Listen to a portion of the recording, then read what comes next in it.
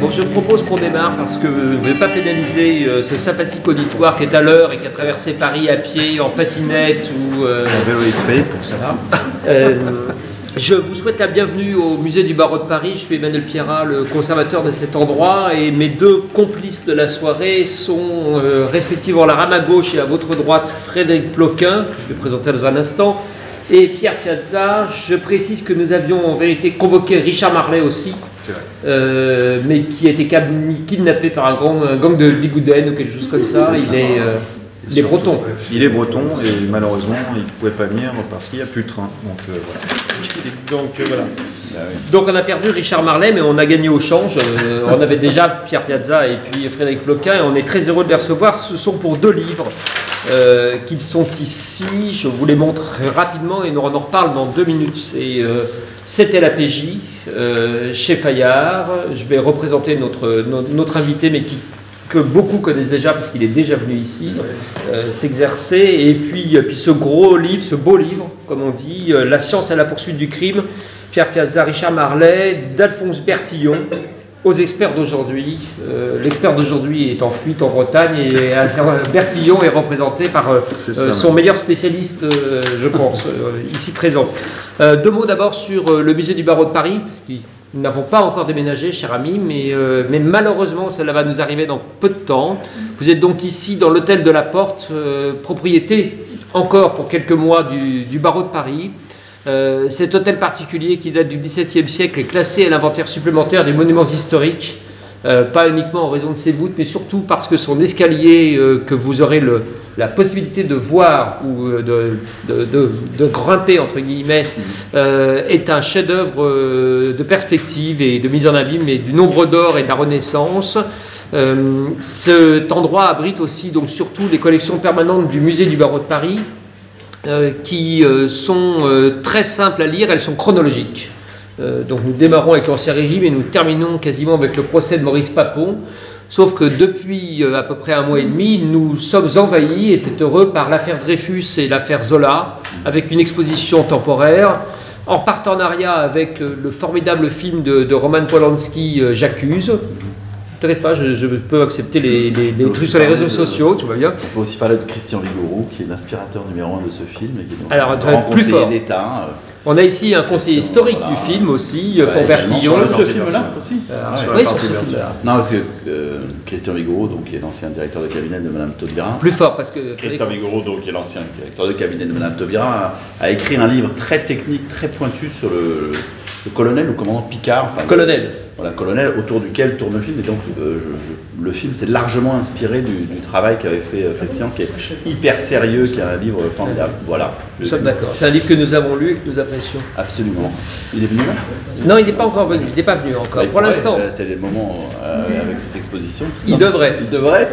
Alors, je vais terminer sur cette exposition. Oui. Elle raconte l'affaire Zola et l'affaire Dreyfus parce que nous sommes ici légataires des archives personnelles du bâtonnier Laborie, qu'on voit dans le film J'accuse, notamment parce qu'il est l'avocat de Zola et aussi un des avocats de Dreyfus. Il est l'avocat du frère d'Alfred Dreyfus au début de l'affaire, et il rentrera dans le dossier pleinement à partir du procès de J'accuse pour rejoindre la défense de Dreyfus, défense qui est assurée principalement par le bâtonnier Demange, qui a également eu la bonne idée de devenir bâtonnier et donc de léguer toutes ses archives à l'ordre des avocats, et nous en sommes les récipiendaires.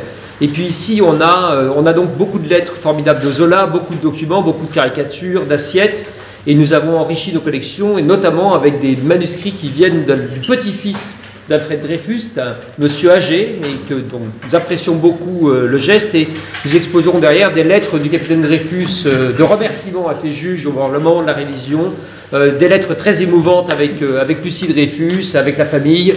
Voilà. Donc c'est l'affaire Dreyfus qui nous entoure.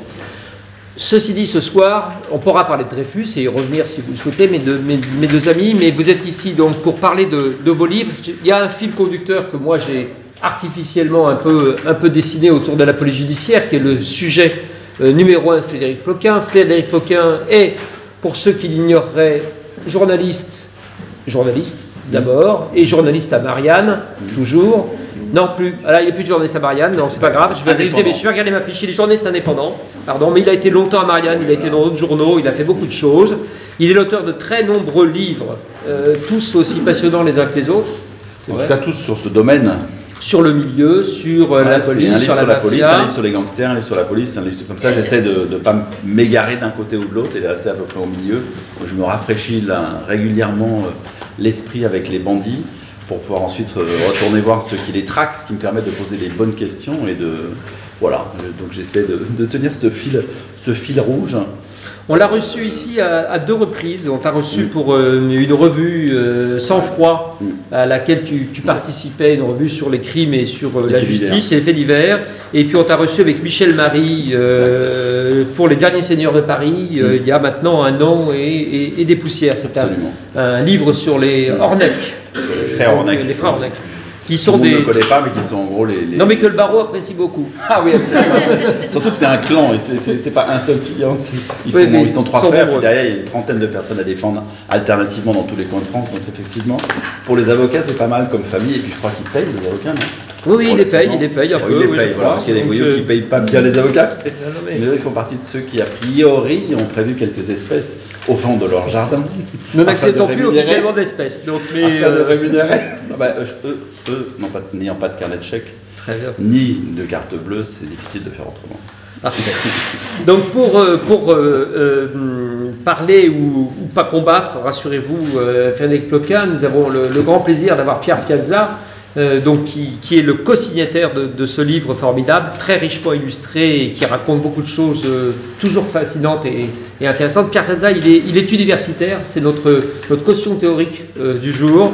Il est maître de conférences en sciences politiques, qui est toujours à Cergy-Pontoise. Vous êtes toujours à Cergy-Pontoise, c'est pas comme Marianne qui a changé. Oui. Hein. Non, à Cergy-Pontoise et puis un peu à l'IEP de Saint-Germain-en-Laye.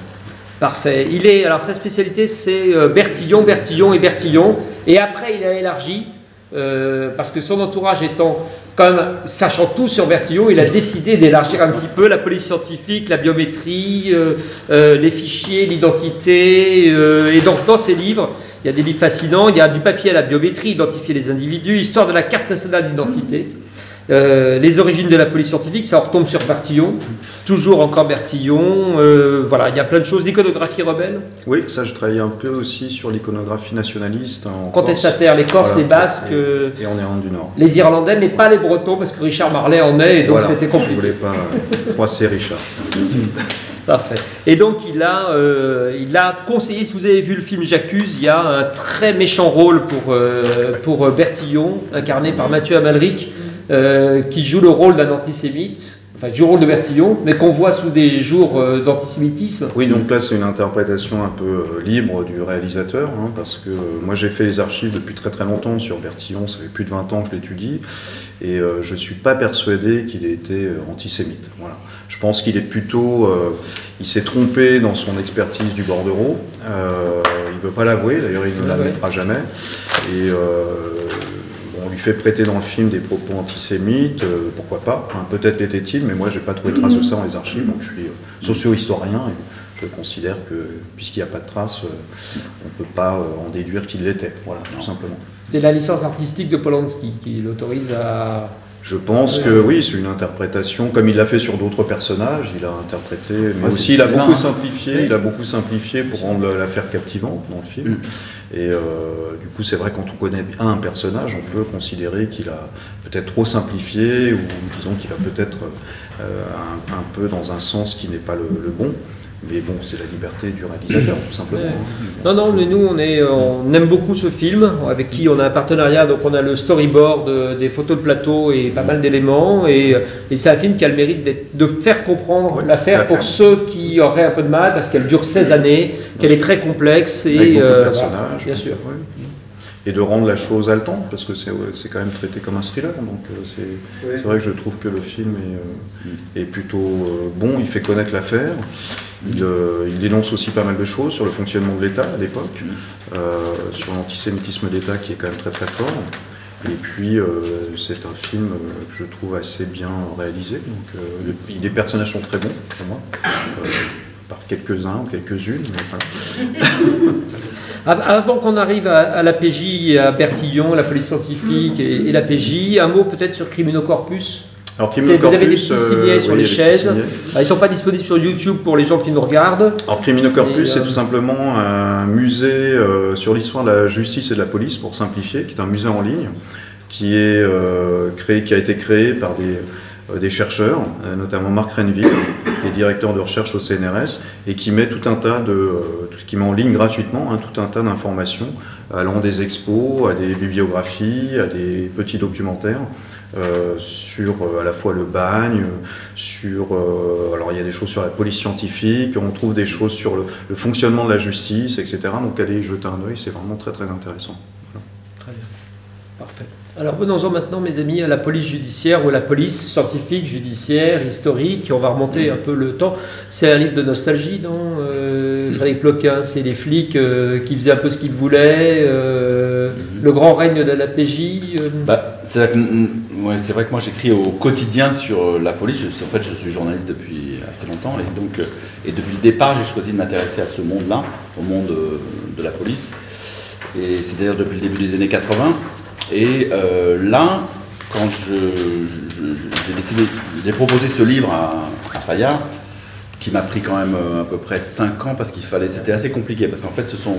1960-1990, le temps béni des flics, le sous-titre. C'est ça que je vais expliquer, mais ce sont que des anciens, on va dire qu'il fallait retrouver, et qui étaient tous évidemment partis aux 4 coins de la France, donc voilà, c'est pour ça que ça m'a pris très longtemps.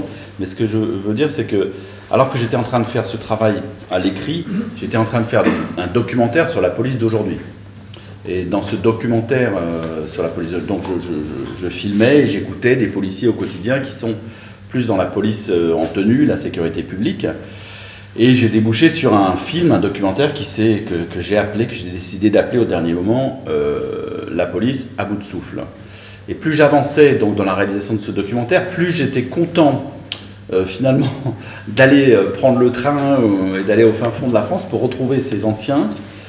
Parce que à chaque fois, je me retrouvais face à des gens, et c'est ça qui m'a marqué, c'est d'où le sous-titre « Le temps béni des flics », c'est qu'à chaque fois, je sortais de là l'esprit gai, si je puis dire, d'une certaine manière, c'est-à-dire que j'étais face à des gens qui ne me racontaient que des belles histoires, qui ne se plaignaient pas de rien, ni de leurs conditions de travail, et qui avaient gardé, après avoir quitté le métier depuis 10, 20 ans ou 30 ans, un très bon souvenir de ce qu'ils avaient fait, et qui tous disaient qu'ils étaient rentrés en gros dans la police par amour du boulot, par passion, et qu'ils en avaient décroché malgré eux. C'est-à-dire que j'étais face à des gens qui me disaient « Ah mais j'aurais bien aimé continuer », et qui n'avaient que des histoires formidables à raconter, et finalement, quels que soient les moyens, parce qu'après on va revenir sur les moyens de l'époque et les moyens d'aujourd'hui. C'est vrai que les moyens de l'époque dont je parle, là c'est avant l'ADN, c'est avant les balises, ou bien les premières balises qu'ils avaient pour mettre sous les voitures, il fallait qu'ils les fabriquent eux-mêmes, avec des camarades du contre-espionnage, de la DST, qui commençaient à récupérer des petits outils en Angleterre, où là, le contre-espionnage anglais, britannique, avait mis au point quelques petits... Ah, c'était ça, c'était le tâtonnement complet. Donc j'aurais pu me retrouver face à des gens malheureux. C'est-à-dire justement d'avoir bossé avec des vieilles bagnoles, jusqu'au jour où la police allemande, il y a un moment comme ça, dans les années 70, où les policiers allemands qui avaient besoin de l'aide des policiers français pour traquer plutôt des politiques d'extrême gauche qui sévissaient sur le territoire français, ont fait cadeau à la police judiciaire française d'une série de belles BMW de l'époque, et donc là ils se sont mis à rouler très vite, etc. Mais c'est voilà, le temps béni des flics, parce que c'est une époque où l'avocat ne se mêlait pas trop de ce qu'il faisait, et bon, ça c'est assez récent, mais même pas le juge. C'est-à-dire que c'était une époque où les policiers, tous ceux que j'ai rencontrés, que ce soit les inspecteurs ou les commissaires de police, finalement déroulaient leur vie, leur enquête. Ceux dont je parle, ce sont ceux qui traquent les grands voyous essentiellement, vraiment le haut panier du gourmandisme.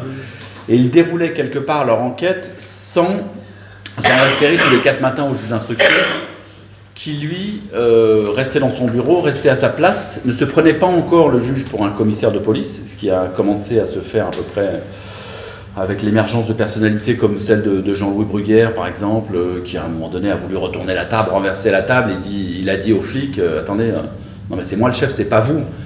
Et ce temps-là a commencé, enfin cette époque-là donc a commencé à tourner à ce moment-là, au moment où la justice a voulu prendre un peu la main sur le travail de la police judiciaire, et en disant, ben non, c'est nous qui allons vous dire, parce que, il y a une espèce de suspicion, vous utilisez peut-être des méthodes, bon, pas forcément toujours dans les clous, ce qui n'est pas faux, mais si on regarde bien les choses de près, effectivement, les policiers, la police judiciaire de l'époque, pouvaient décider parfois de ne pas respecter strictement le code de procédure pénale. C'est vrai que... C'est un euphémisme.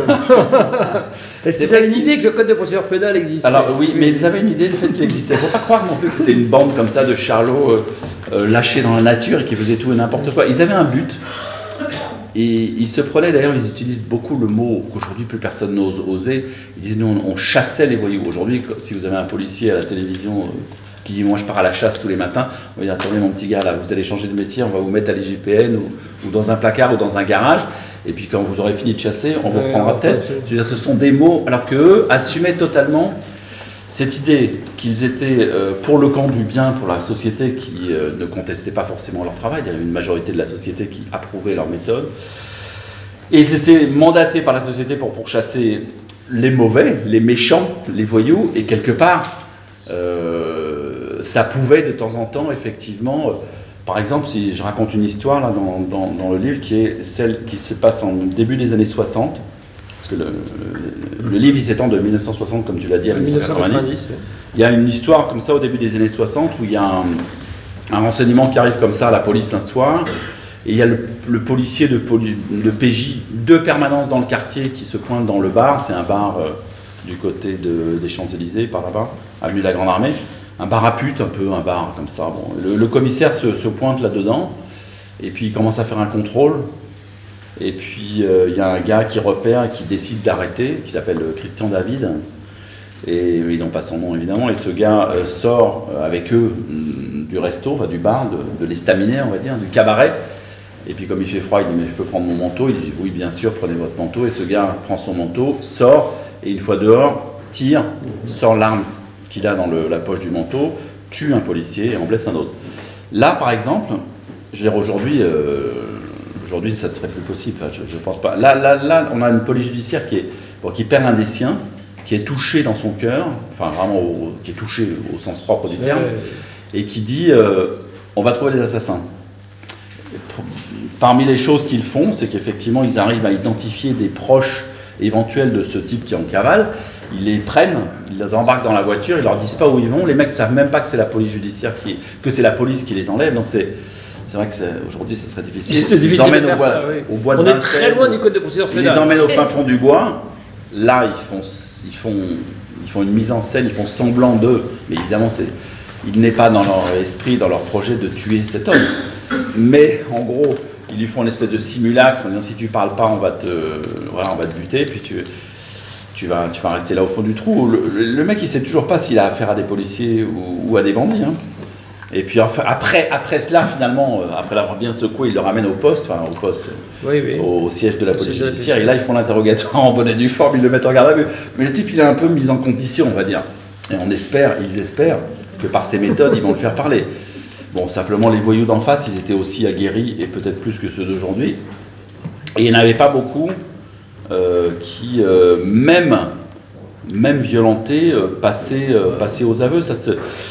En fait, ils avaient une espèce de code entre eux qui, en gros, on ne parle pas. Et j'en ai rencontré qui avaient subi des vraies violences et qui n'étaient pas passés pour autant aux aveux. Et à l'époque, effectivement, ça c'est au tout début des années 60, hein, on a une série de policiers qui vont intégrer la police judiciaire française et qui sont des rapatriés d'Algérie, où là, en gros, dans leur tête, les mecs, ils sont en guerre. Ça fait 10 ans qu'ils sont sur le terrain en Algérie, ils sont en guerre avec les Félagas. Et les Félagas, là-bas, ils ont vu des tas de policiers mourir tous les jours, il y avait des attentats, ils voyaient le commissaire de police d'Alger sous leurs yeux qui s'était fait buter. Enfin, c'était une atmosphère. Ils arrivaient de cette guerre, de cette situation de guerre, et ils intègrent une police dans un pays en paix, normalement, sauf que la guerre d'Algérie a des rebondissements ici. Et il y en a 2-3 comme ça qui vont... mais bon, ça ne va pas concerner la police judiciaire d'une manière générale, mais ça va concerner une petite bande. Il y en a quelques-uns qui ont l'idée de transférer la GIGN. C'est-à-dire, en gros, ils se sont dit, là-bas, on arrivait à faire parler les Félagas avec ça. La GGN, c'est quand même un instrument de torture. C'est vraiment un instrument de torture, qu'il s'agit de balancer des électrodes, des électrochocs, notamment dans les parties génitales, pour secouer les mecs. Bon, c'est ça la GGN. Donc il y en a quelques-uns comme ça. Hein, oui, ils apportent la GGN. Oui, ils apportent la GGN et ils se disent, voilà, on va faire ça. Et au sein de la police judiciaire, alors il y a ceux qui viennent de là-bas et qui courent, et puis il y a les autres qui voient ça et qui disent, non mais attendez, vous faites quoi là les gars et tout, vous êtes sûrs de votre coup et... Bon, en plus, il s'avère, bon, il va y avoir une espèce de... Il y en a qui vont être vent debout et qui vont éliminer ce truc-là, mais en plus, il s'avère que ça ne va pas vraiment avoir marché, pas avoir l'effet escompté, et qu'en fait, les voyous, il y en a plusieurs qui vont y passer, et ça ne va pas leur donner plus que ça envie de causer. Donc voilà, la GGN, c'est un petit... Effectivement, c'est un petit moment, une espèce d'anomalie comme ça qui ne va pas durer très longtemps. Et après, bon... Il y a d'autres choses qu'ils se permettent, qui commencent à se raconter aujourd'hui, qui aujourd'hui effraieraient tout le monde. Mais c'est vrai que pour combattre les voyous, les policiers de l'époque pouvaient ne pas hésiter à faire croire lors de la garde à vue à des gangsters que leur meilleur ami les balançait et travaillait pour eux. En fait, à semer. C'est là où je dis que toutes les méthodes étaient pas bonnes, mais étaient utilisées. À la fois artisanale et aux limites de la loi. Et aux limites de la loi. Mais ça, par exemple, ça se fait pas. Normalement, ça se fait pas. Tu as le gars en face de toi, tu dis, ouais, il faut que je te dise, hein, là, Vincent, là, ton meilleur pote, il nous donne beaucoup d'informations. C'est comme ça que c'est.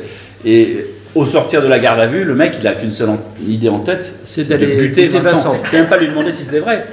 Il sort et il va buter Vincent. Donc, ok, ça fait un de moins. Et c'est comme ça que c'était. Et pour les flics, ils en avaient perdu un.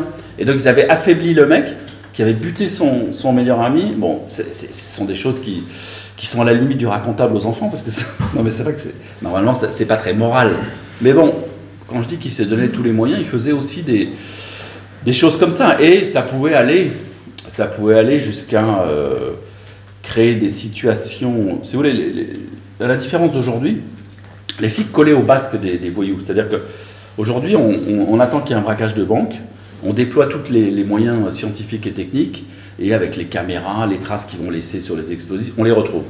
À l'époque, c'est pas ça. C'est à l'époque, on attend que les voyous sortent de prison, et on se met à une équipe de 4-5 derrière, et on les suit. C'est-à-dire qu'on se colle sur eux, on essaie de voir où ils habitent, on essaie de voir d'où ils téléphonent, de quelle cabine, il n'y a pas de portable, ils utilisent, dans quel bar ils sortent, on les écoute, on fait l'environnement, jusqu'au moment, et l'espoir qu'on a comme flic, c'est un théâtre qui n'existe plus aujourd'hui. C'est ça qui, moi, c'est du cinéma en fait.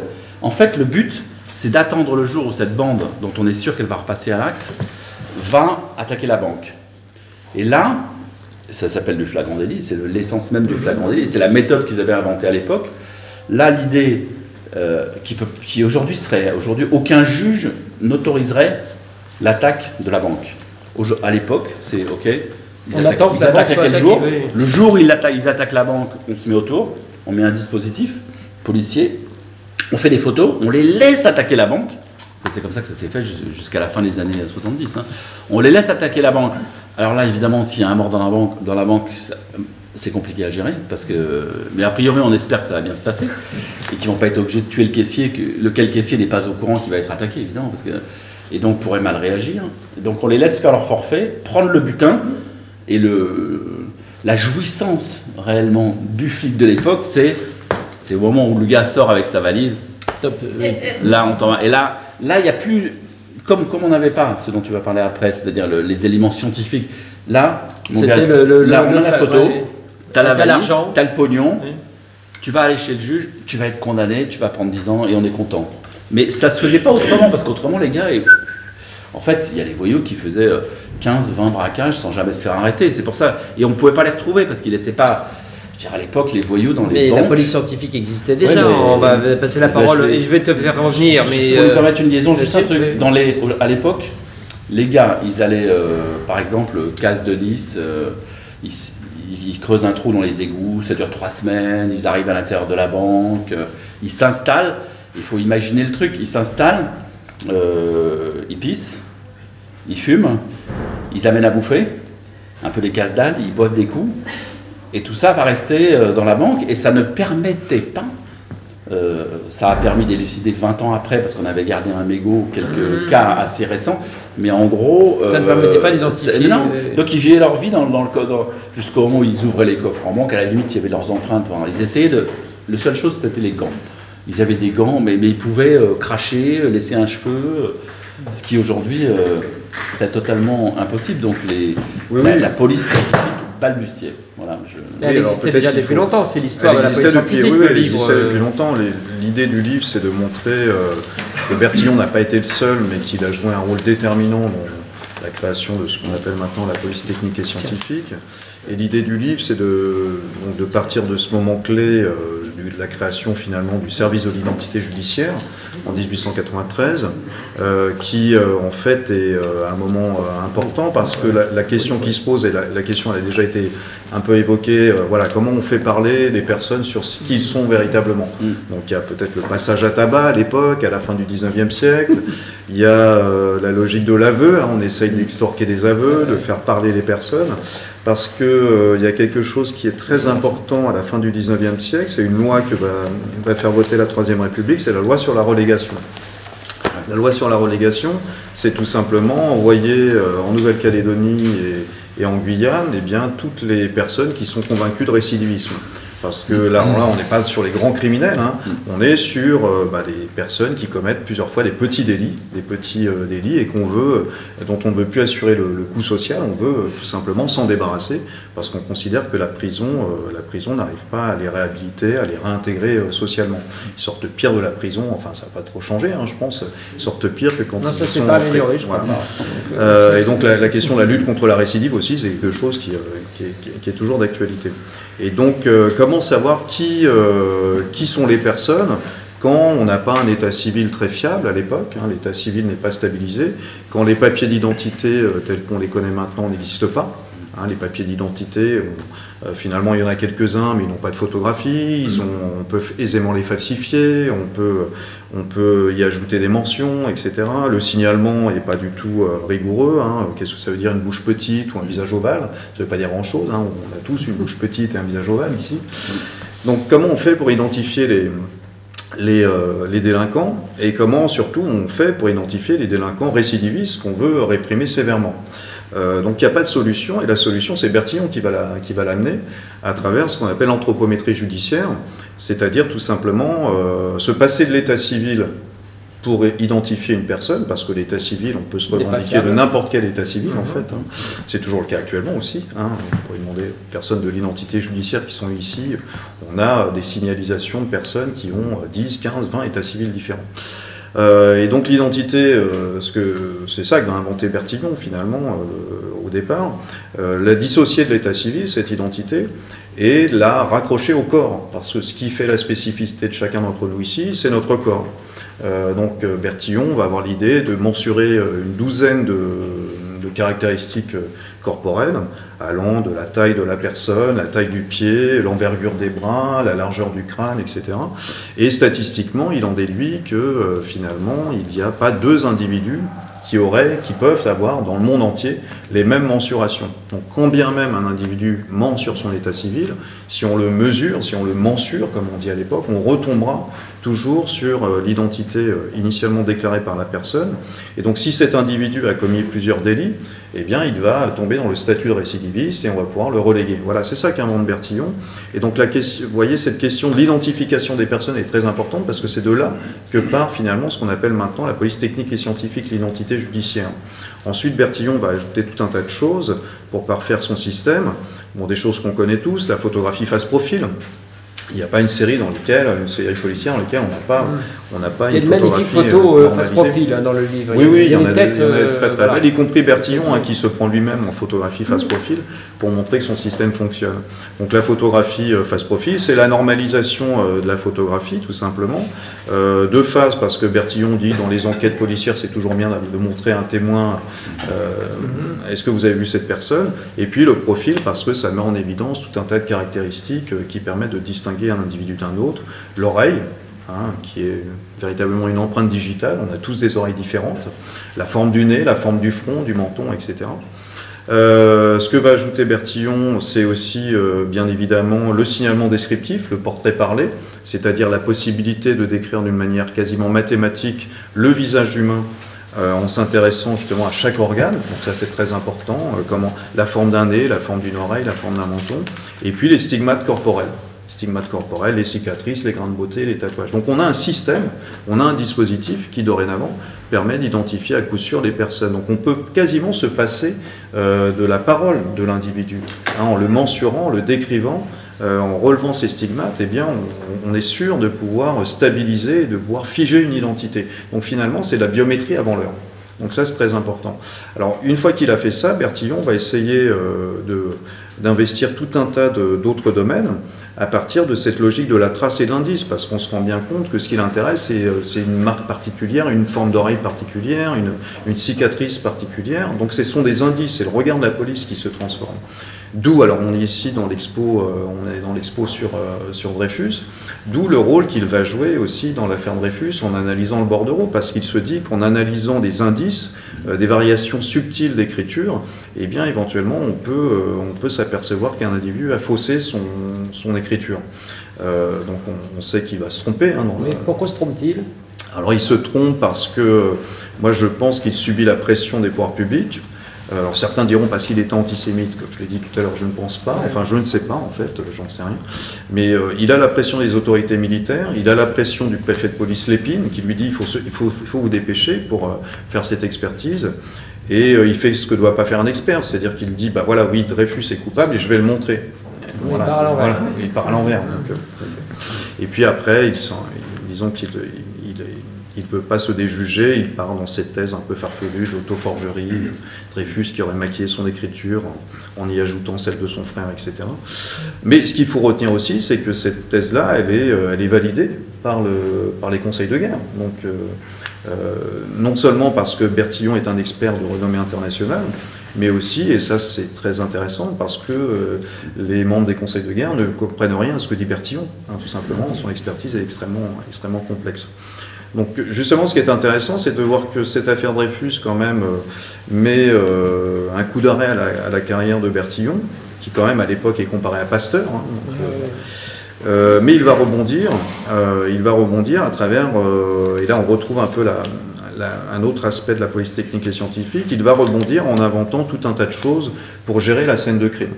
Pour gérer la scène de crime, notamment le relevé des traces digitales, le relevé des traces de pas, il va créer la photographie métrique pour figer la scène de crime, autant de choses qu'on utilise toujours actuellement. Voilà. Qu'est-ce qui le motive? Bertillon? Oui. Alors ce qui le motive, c'est la lutte contre la récidive, initialement, donc ça c'est très intéressant, c'est-à-dire à trouver un système, un dispositif qui va permettre d'appliquer la loi, tout simplement. Parce qu'on peut voter des lois, mais si on n'arrive pas à identifier les personnes, on ne saura jamais s'ils sont récidivistes. Donc l'application de la loi. Ce qui le motive aussi, c'est sa carrière personnelle, je pense. C'est-à-dire qu'on ne l'a pas dit, mais il est issu d'une famille de scientifiques. On a des botanistes, des statisticiens, des anthropologues dans sa famille. Et lui, il rate un peu ses études. Donc le fait de développer ce système, c'est un peu une revanche sur la vie, c'est-à-dire que, comme je le dis, il va être comparé vraiment au plus grand. Hein. On a dans l'exposition aux Archives nationales dont je suis commissaire, il y a Nadar qui prend des photographies et Bertillon est au milieu de cette exposition. Comment ? Il faut rappeler ce qu'est cette exposition. Alors cette exposition, en fait, elle porte sur les origines de la police technique et scientifique. Elle se déroule actuellement, elle est visible aux Archives nationales sur le site de Pierrefitte-sur-Seine. Et donc il y a des photographies de Nadar où Bertillon est au milieu des grands scientifiques de l'époque, Eiffel, Pasteur, Pierre et Marie Curie. Donc c'est un savant d'exception. Donc c'est une revanche sur la vie. Voilà, qu'est-ce qui le motive? C'est une revanche, c'est-à-dire que on considérait un peu comme le raté de la famille, et finalement il est considéré progressivement comme un savant d'exception. Ce qui explique aussi sa posture, notamment dans l'affaire Dreyfus, c'est-à-dire qu'il ne veut jamais se déjuger, en fait. Il est considéré comme un savant d'exception, et il n'accepte pas, il est très autoritaire aussi, mais il n'accepte pas d'avoir tort, tout simplement. Quoi. Ouais. Mais donc lui, il cherche aussi à combattre l'aveu, la preuve par l'aveu, comme les flics de Frédéric Ploquin qui veulent saisir en flagrant délit, absolument. C'est un peu tout le contraire de ça. C'est-à-dire qu'en fait, ce que veut Bertillon, et ça c'est assez fascinant, c'est qu'il veut construire une police propre.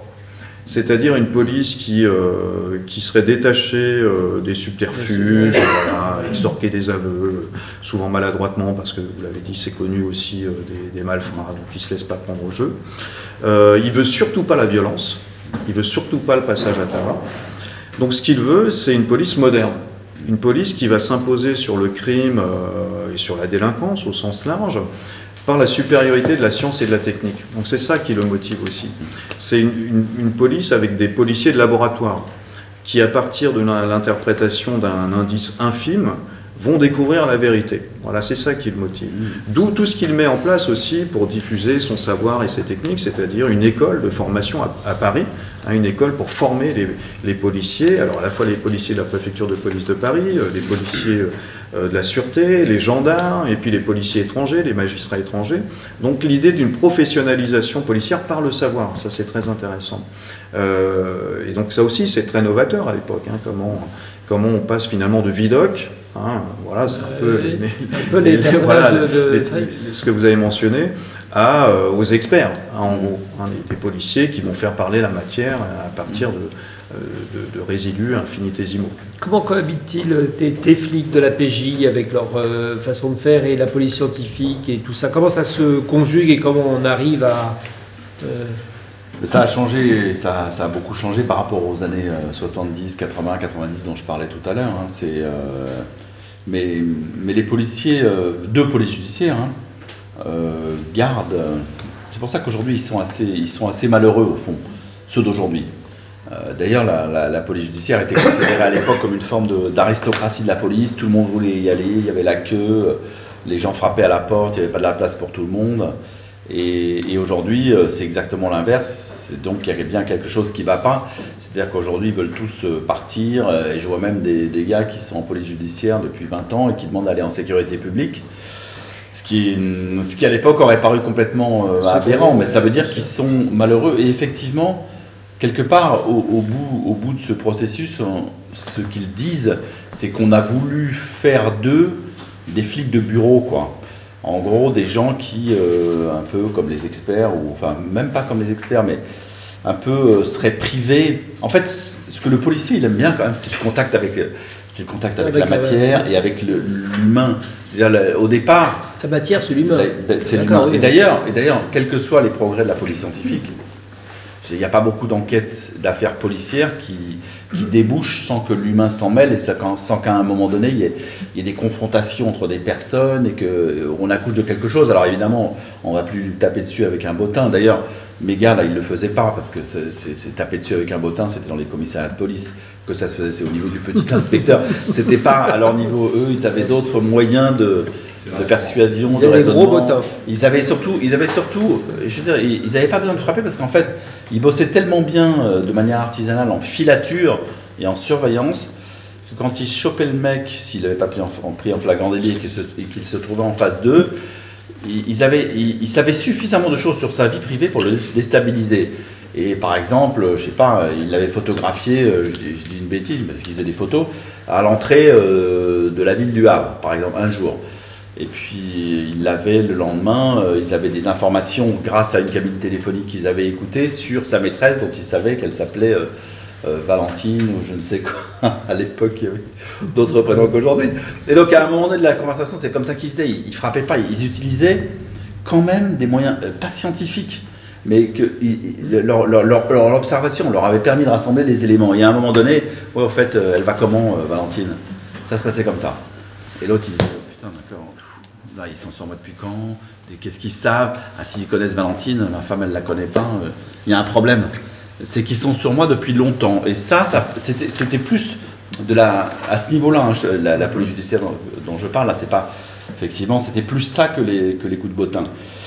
Et le gars, à partir de là, était un peu déstabilisé. Qu'est-ce qu'il savait? Et puis s'il fallait... Il sortait une photo, il lui montrait, ah, t'es jamais allé au Havre? Pourquoi tu dis que tu n'es jamais allé au Havre? Regarde là, c'est pas toi là, sur la photo, là, c'est pas ta voiture, là, c'est pas... C'était plus des choses comme ça qui étaient subtiles finalement. Et c'est pour ça qu'il parle, rétrospectivement, il parle d'un jeu, une espèce de jeu de société dans lequel ils étaient, dans lequel ils avançaient comme ça, case après case. Et sans la science à l'époque, sans trop l'aide de la science à l'époque, parce qu'on n'avait pas, notamment ce qui aujourd'hui les rend... Enfin, parce qu'on avait les empreintes et c'est tout, à peu de choses près. Puis on avait toute la numérique, il y avait quand même beaucoup de choses. Oui, il y avait les empreintes digitales, mais bon, ça, ils savaient. En fait, si vous voulez, vous alliez braquer un supermarché, vous quittiez le supermarché avec vos complices, vous faisiez 5 km, vous aviez une voiture relais qui vous attendait quelque part derrière un muret, vous laissiez la voiture qui avait servi au braquage, d'accord? Vous partiez avec la voiture relais, toute la police se focalisait sur la première voiture, et en fait, juste avant de partir, qu'est-ce qui c'était vraiment, c'était bêta, ils prenaient un chiffon, de l'alcool à 90, on passe ça sur le volant au cas où, et ça s'arrêtait là. Et en fait, ça suffisait apparemment à dissoudre les empreintes, alors qu'aujourd'hui, quand vous pensez qu'un poil, un vague petit poil dans le fin fond d'une voiture vous permet et même l'odeur, demain l'odeur, vous avez laissé votre empreinte, comment on dit, odorifiée, olfactive, pardon, excusez-moi, dans la voiture, et hop, on va vous coincer, il y a des chiens, des machins, des trucs dressés, tout ça, ça n'existait pas, donc effectivement, bon, je pense que le crime aujourd'hui prospère moins du fait du progrès de la police scientifique, mais en même temps, prospère plus par d'autres côtés, parce que les policiers sortent beaucoup moins de leur bureau, parce qu'on les en empêche, parce qu'on ne veut pas qu'ils aient au contact, parce qu'on ne veut pas qu'ils aillent dans les bars, parce qu'on ne veut pas... les indicateurs, c'était la base. La police dont je parle là, ne fonctionnait pas sans indicateurs. Donc chaque policier avait ses indicateurs. Dans le milieu, au sein du milieu, donc chaque policier traitait avec des voyous. Là aujourd'hui, vous avez des juges qui voient le policier, mais comment vous savez ça? Ah bon, vous avez un indicateur, et qui il est? Et des juges qui ont tendance aujourd'hui, pour être plus transparent que les plus transparents, à mettre dans les dossiers les noms des indicateurs, ce qui veut dire que les avocats derrière les ont dans leur dossier, et que le client, à un moment donné, il suffit qu'il consulte son propre dossier pour savoir qu'il a balancé.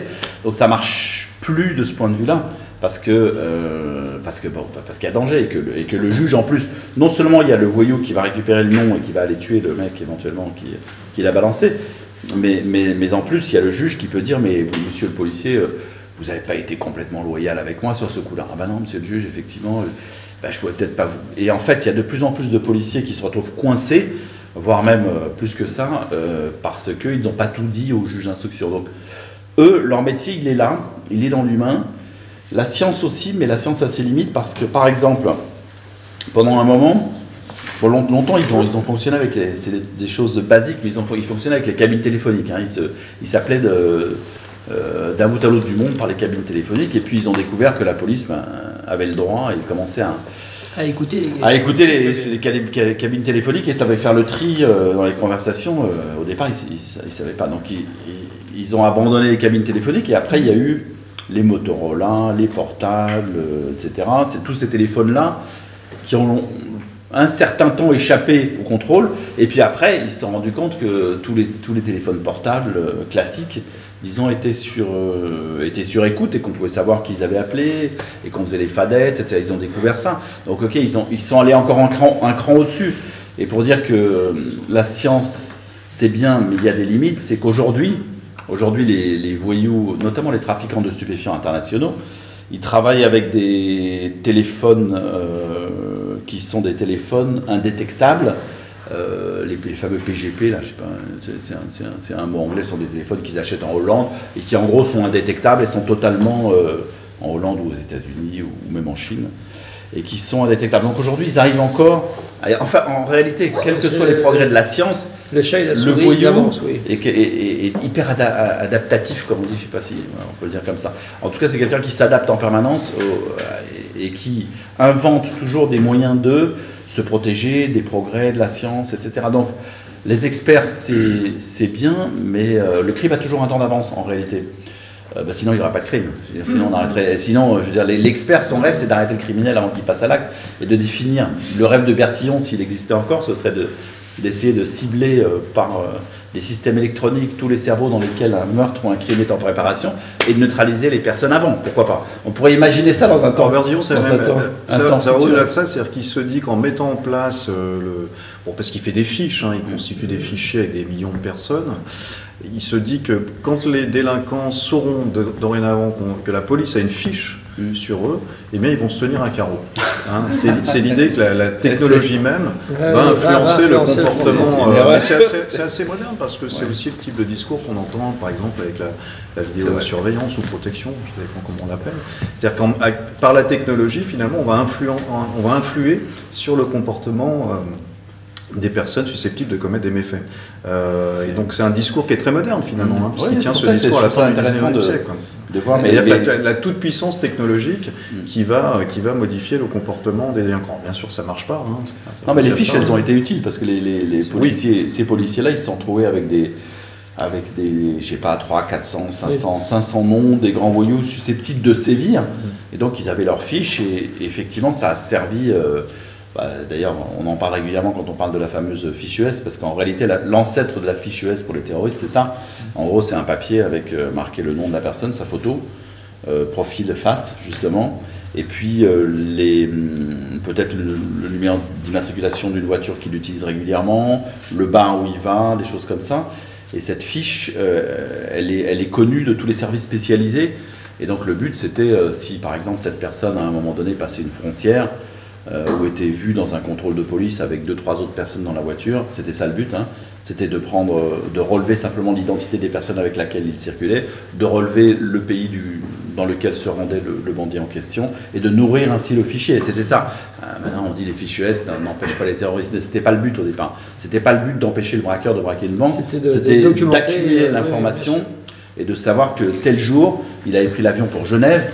Bon, après, s'il y a eu un braquage à Genève dans ces eaux-là, ça peut aider. Ou s'il y a eu un rendez-vous, ou tel jour il était dans Paris avec telle et telle personne, on va pouvoir peut-être considérer qu'il fonctionne en doublette ou en trio avec cet individu. Donc c'était ça, l'accumulation de la documentation, elle était à base très humaine finalement. Il fallait être dans la rue quand même.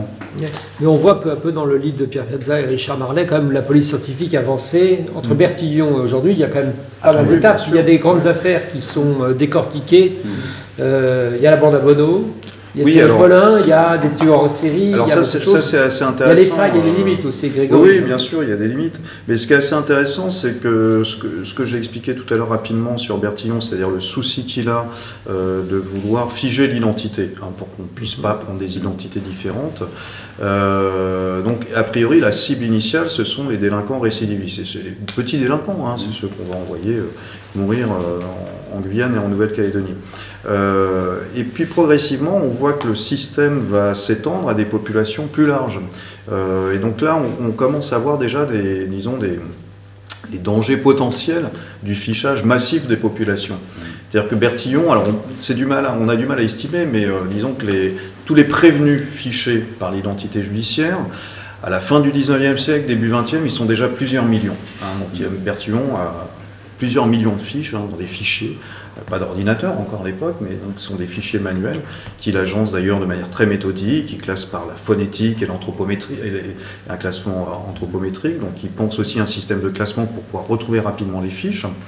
Donc ça c'est son but initial. Et puis progressivement, on se dit que ces techniques-là, elles peuvent être appliquées à d'autres populations pour les contrôler. Et c'est là qu'on voit progressivement la dérive.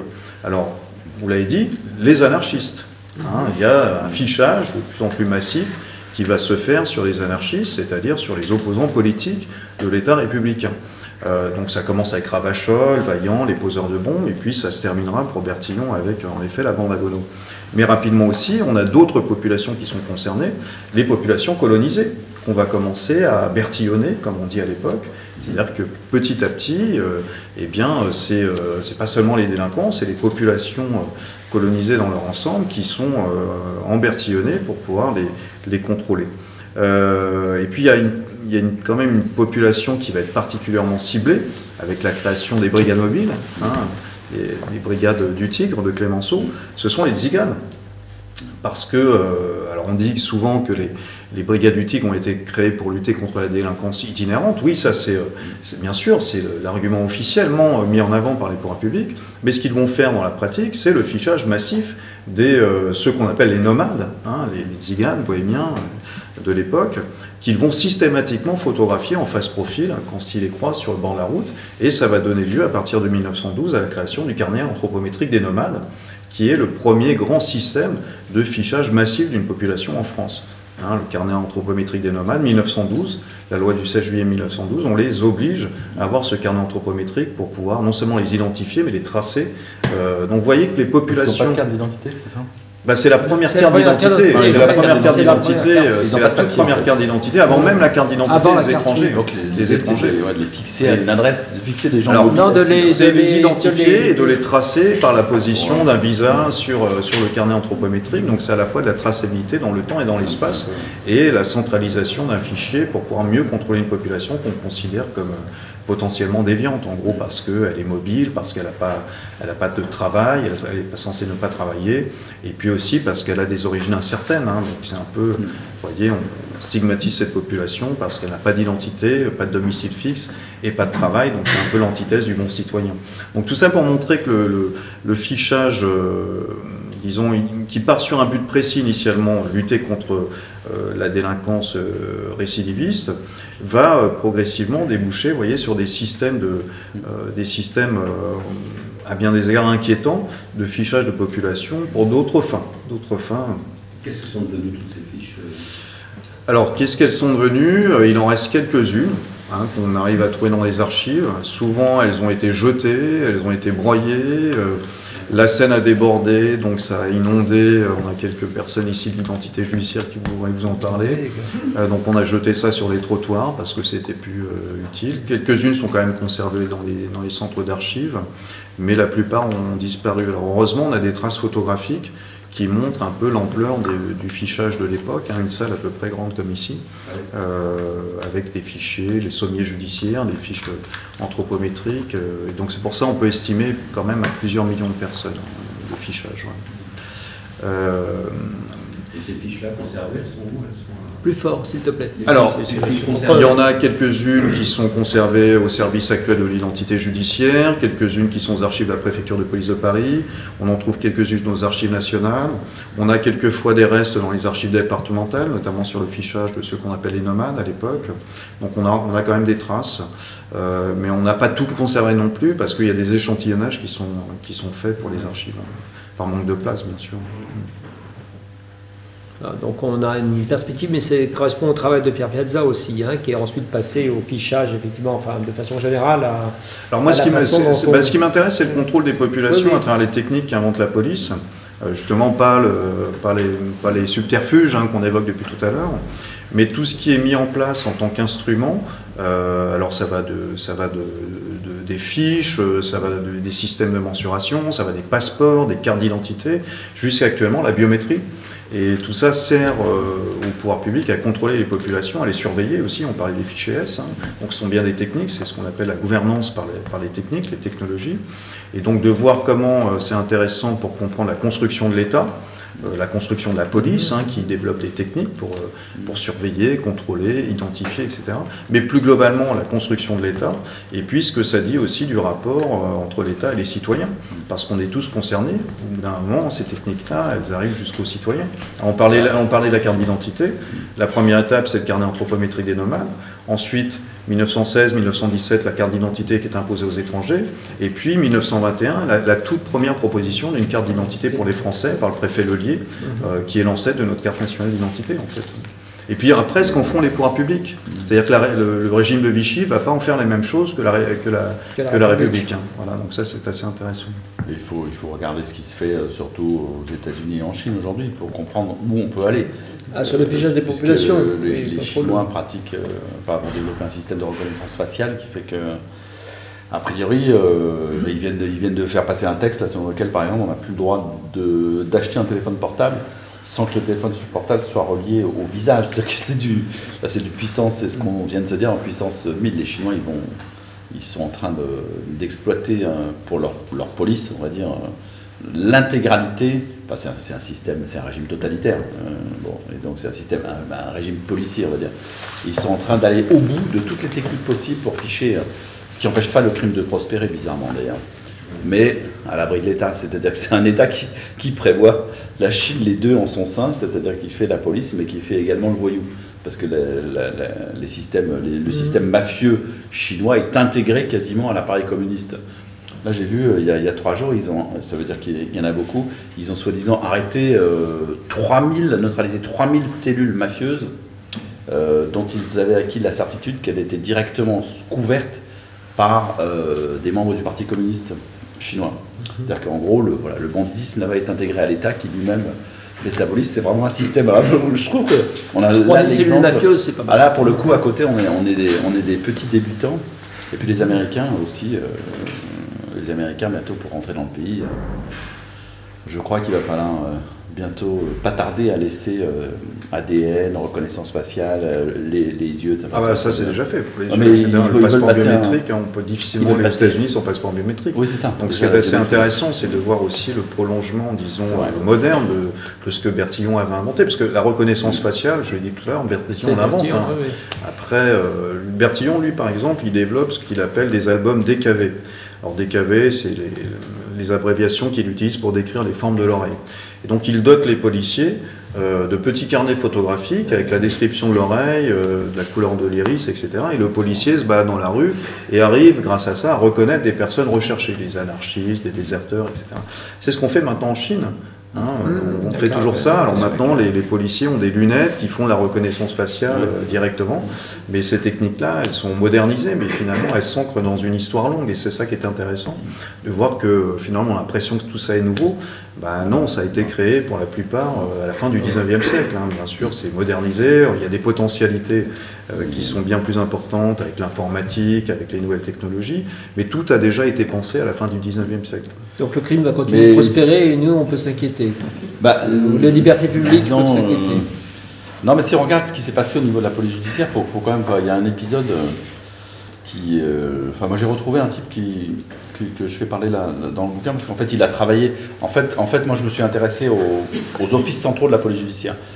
Et donc au milieu des années 80, au début des années 80, il y a un ministre de l'Intérieur qui arrive, c'est Pierre Joxe, et qui se rend compte quand même qu'on est, du point de vue de la police technique et scientifique, encore au Moyen-Âge par rapport à ce que lui montrent notamment les policiers allemands. Les policiers allemands viennent en France, beaucoup allemands à l'époque à cause des fractions armées rouges, etc. Et des gens, mais espagnols aussi qui viennent chercher les Basques, etc. Et on voit arriver des policiers pointus, espagnols, allemands, bien plus équipés et bien plus performants que la police judiciaire française de l'époque, qui se prenait pour la meilleure du monde, mais qui à force, l'était peut-être sur certains, mais qui se disait la meilleure du monde, mais qui du coup avait un petit peu oublié cette espèce de passage un peu à l'époque moderne et à la science.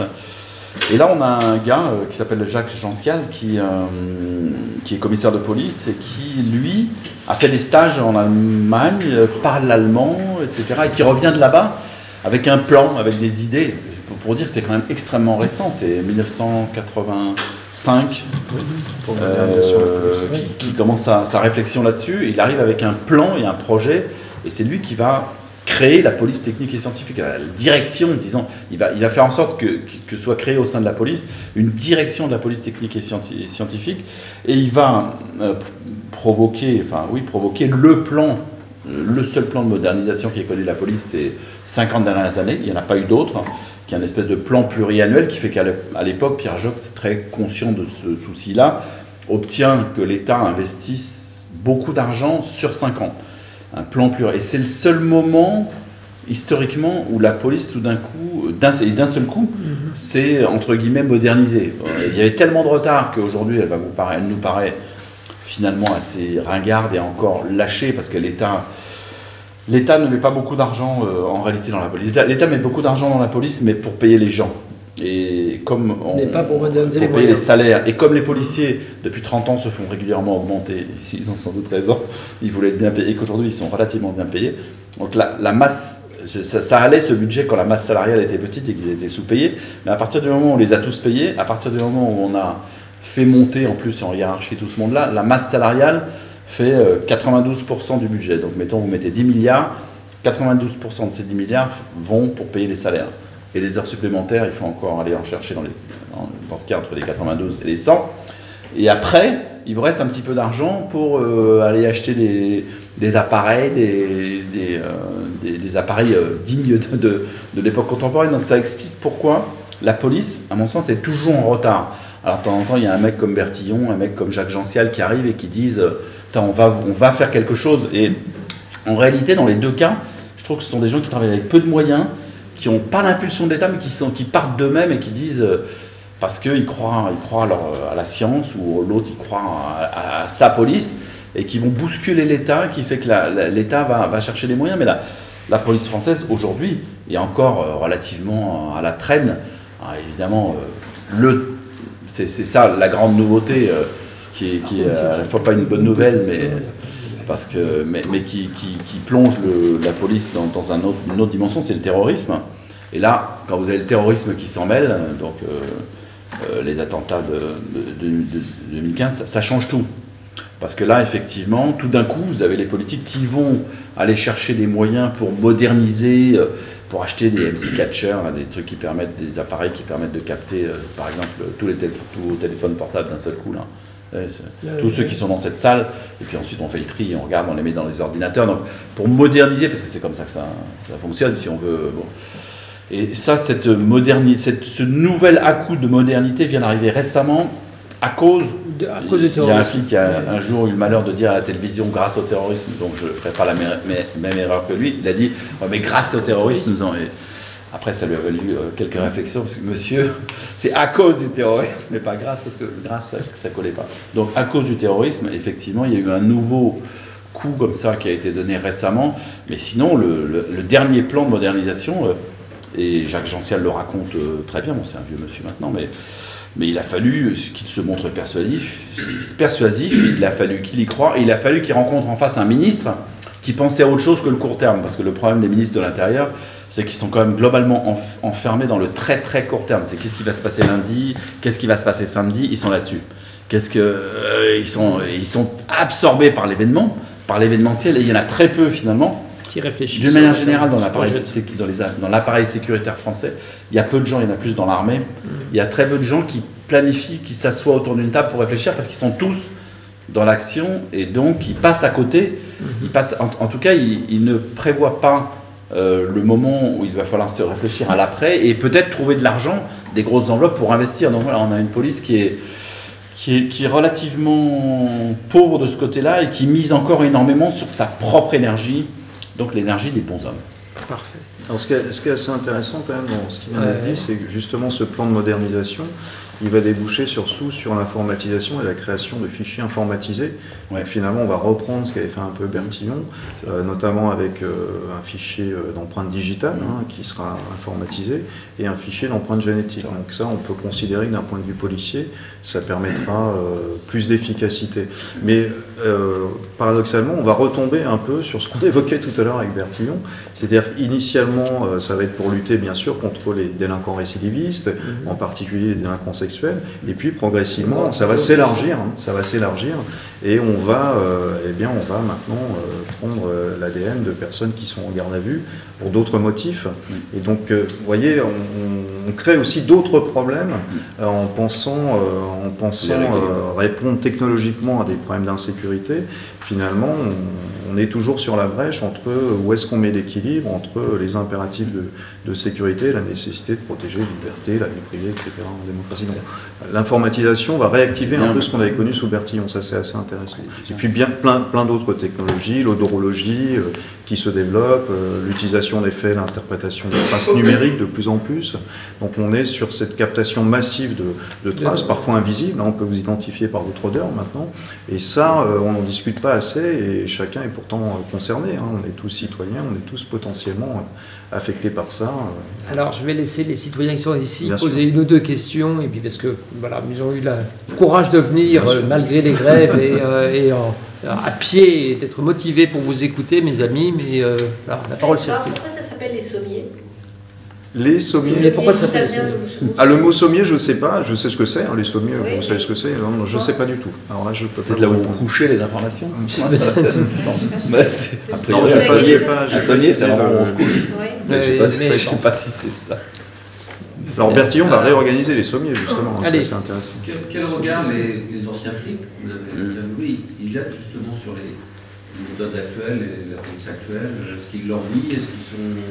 Est-ce qu'ils, au contraire... Non, globalement, ceux que j'ai rencontrés, qui sont tous des gens... disons qu'ils racontent... ils plaignent un peu leurs collègues actuels. Justement parce qu'en fait, tout à l'heure, je ne suis pas allé au bout du truc, mais vraiment ce qui eux les faisait vivre et vibrer, c'était ce qu'ils appelaient la marge d'initiative. C'est-à-dire que si on vous met là et que vous êtes complètement verrouillé, vissé, que vous devez remplir, parce qu'on ne va pas exagérer, mais c'est à peu près ça, 10 feuilles de papier avant de faire un petit truc, parce que voilà, ils ont l'impression que leurs collègues d'après, évidemment c'est au nom des libertés qu'on a fait tout ça, mais que leurs collègues sont pris dans un carcan de paperasse tel qu'ils ne peuvent plus exister et qu'ils ne peuvent plus avoir aucune initiative personnelle. C'est vrai que quand on vous prive de l'initiative personnelle, vous pouvez être malheureux, parce que finalement vous vous transformez en une espèce d'outil, comme ça vous n'êtes plus... voilà, donc ils ont l'impression d'avoir perdu leur liberté de manœuvre. Alors, ce qui est assez intéressant aussi, c'est qu'est-ce qu'on valorise dans la police. Ce qui a été valorisé pendant longtemps, ce que vous dites, c'est l'action en fait. Quoi. Ouais. Avoir une marge de latitude, c'est ça qui faisait la une. Faire du flagrant délit. Et à la période que vous évoquez, les années 70, finalement, la police scientifique, elle était retombée au plus bas, c'est-à-dire que c'était pas du tout valorisé. Jusqu'à et souvent, c'était un peu les policiers qui ont été au placard. C'était carrément ça. La police scientifique. Et ce qui est intéressant, c'est le retournement, justement, en très peu de temps. C'est-à-dire que maintenant, ce qui est valorisé, ce sont les experts. Alors, c'est vrai qu'il y a aussi la diffusion médiatique des séries, etc., qui joue beaucoup dans la construction d'une nouvelle image policière. Ça, c'est par exemple, avec l'affaire qu'il y a eu là, c'est Néret, le type de Lyon, c'est ça? Oui, oui. Michel Néret. Qui a utilisé des indices et tout le bazar. Si ça s'était déroulé antérieurement, il n'y aurait pas eu ce... Non, non, franchement, il y en a d'ailleurs... C'est des méthodes habituelles. Moi, ça m'a surpris, mais moi, parmi les commissaires que je fais causer, là, il y en a qui racontent, mais vraiment, même sans sourciller et sans même se dire... Que ça ce que j'ai fait, c'est pas bien, qui raconte comment ils allaient chercher le pognon là où il était, et que quelque part, il y en a un qui est un commissaire de police qui dit qu'il n'y avait pas beaucoup de moyens pour se battre contre le crime, et que, à un moment donné, il s'est mis d'accord avec un ministre de l'Intérieur pour aller racketter les mecs qui avaient des machines à sous en banlieue, et prendre tous les mois un petit peu d'argent. Et tous les mois, ils allaient là, et lui, il faisait...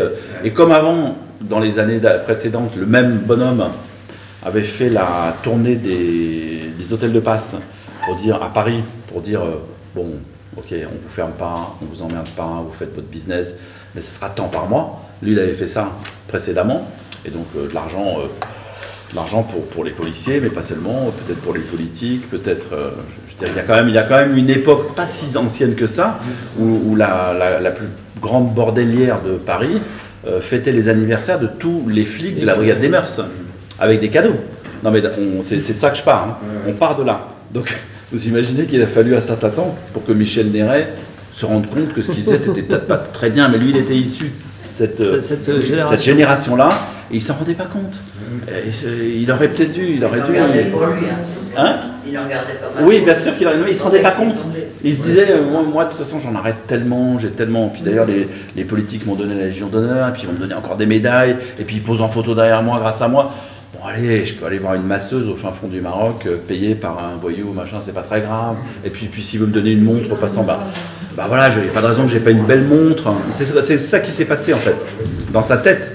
Donc, c'est-à-dire qu'il n'y avait peut-être pas de corruption chez les flics dont vous parlez là. Chez Néret, c'était quand même... Si, ça débordait. Non mais des corruptions, il y a des commissaires de police qui passaient leur nuit en boîte de nuit. Mais à Céclate, c'était plus une... Il y avait un enrichissement personnel comme il y avait... Ils vivaient sur la bête. Alors, ils avaient des costumes, des beaux costumes, mais ça allait pas très... Ça... Ouais, une montre, oui, certainement. Chez Néret, il y a des bagnoles. Non, mais on lui a pas donné les bagnoles. On lui a pas donné. Mes amis, on va pas faire un dialogue maintenant sur Néret, parce que... Je dis juste, on lui a pas donné, il avait juste le droit de les conduire, les Lamborghini. On lui a pas donné. Les vous voyous étaient plus malins que ça. Tu vas conduire une heure la Lamborghini, tu vas en profiter pour draguer un petit peu, tu te ramènes les filles que tu veux à la maison, mais tu nous rends la voiture, c'était ça.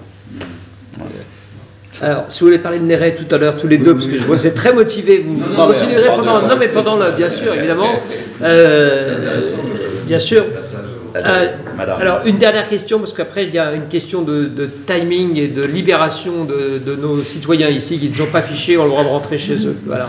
C'est pour vous, monsieur. Je voudrais savoir si vous avez travaillé sur le fichage dans le traitement, le traitement des antécédents judiciaires à la suite de garde à vue qui ne débouche rien. Je pense à tous les manifestants qui sont passés en garde à vue sans rien derrière. Oui, ce que j'évoquais tout à l'heure. En fait, il y a un vrai problème. Pendant longtemps, il y a eu un gros problème en France, c'était comment fonctionnaient les fichiers de police qui n'étaient pas, souvent même pas déclarés. pas de déclaration à la CNIL.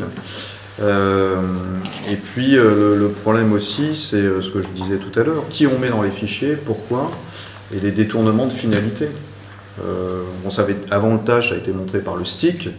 Dans le STIC, on mettait un peu n'importe qui, et puis finalement, ça se transformait en instrument de discrimination à l'emploi. Pourquoi, si vous étiez fiché au STIC, eh bien, vous ne pouviez pas avoir tel emploi, je ne sais pas, à l'aéroport de Roissy ou ailleurs. Donc là, c'était plus pour savoir si vous aviez commis des méfaits, mais ça se transforme en instrument de moralité. Donc globalement, l'idée, c'est quelles données on collecte, pourquoi faire, comment on utilise le fichier, comment aussi on fait sortir des gens qui n'ont rien à voir dans le fichier, ça c'est important. Est-ce qu'on met les prévenus, les mises en cause, les condamnés? Est-ce que la CNIL contrôle véritablement ces fichiers? Qui contrôle les contrôleurs? Vous voyez, c'est toutes ces questions-là qui sont extrêmement larges et qui, pendant très longtemps, n'ont pas été débattues démocratiquement. Alors, au temps de Bertillon, pas du tout. Avec la création de la CNIL, lentement, oui. Mais ces questions-là, elles se posent d'autant plus avec la massification des fichiers liés à la biométrie, à l'informatisation. Et ce sont des questions qui sont rarement discutées par le Parlement. Et qui pourtant nous concernent tous, parce qu'on peut tous être en garde à vue un jour ou l'autre. On peut tous voir ces données être maintenues dans un fichier pendant 20 ans. C'est compliqué d'en sortir. Donc, quelles sont les procédures qui permettent de sortir d'un fichier? Est-ce que c'est pas attentatoire à la vie privée, à la présomption d'innocence, au droit à l'image, etc. Bon, ça pose tout un tas de questions qu'il faudrait quand même aborder et discuter, je pense, démocratiquement. Voilà. Alors, merci de les avoir abordés ce soir. Merci à nos deux invités, donc Frédéric Ploquin, auteur de C'était la PJ chez Fayard, 1960-1990, le temps béni des flics, du parfum de nostalgie, et Pierre Piazza et Richard Marlet pour La science à la poursuite du crime d'Alphonse Bertillon, beaucoup d'Alphonse Bertillon, aux experts d'aujourd'hui. L'amour de Bertillon. Je les remercie vraiment infiniment de s'être prêtés au jeu de cette audition contradictoire. Je remercie les Nôtres de Paris qui nous filment et que vous mettront sur YouTube. Ça, Michel Néret pourra vous écrire. Et puis, les personnalités présentes, anciens membres du Conseil de l'Ordre, le secrétaire général de l'Ordre des avocats, Olivier Lagrave, nos partenaires, La Petite Égypte, c'est la librairie indépendante avec laquelle nous travaillons. J'ai 3 précisions. D'abord, il y a une feuille de formation continue pour mes confrères et consoeurs qui veulent signer, émarger et bénéficier dans cette agréable conversation de 2 heures de formation continue, ce qui n'est pas négligeable. Il y a évidemment dans quelques instants, mes 2 invités vont signer leur livre de l'autre côté et vous pouvez à nouveau les interroger, mais vous devez les libérer quand même à un moment ou à un autre, ou alors on les laisse dans les collections permanentes, mais c'est un débat que nous pourrions avoir. Et puis vous avez la possibilité de monter jusqu'au premier étage, au palier, regardez sur le palier, regardez les magnifiques escaliers classés à l'inventaire supplémentaire des monuments historiques. Et enfin, je vous invite que la prochaine audition, il y en a encore au moins 2 ou 3, ici, c'est le 13 janvier avec Catherine Puygelier, qui est une femme remarquable qui écrit sur les grands procès, qui écrit beaucoup sur les grands procès, et puis alors qui a consacré un livre d'ode, on pourra en débattre, à Jean Foyer. Et ça, c'est un sujet en tant que tel. Et voilà. Et puis on a quelques beaux invités en début d'année qui sont programmés. Voilà. Merci à tous pour votre avoir participé. Merci à nos deux invités et à tout de suite de l'autre côté pour signer les livres.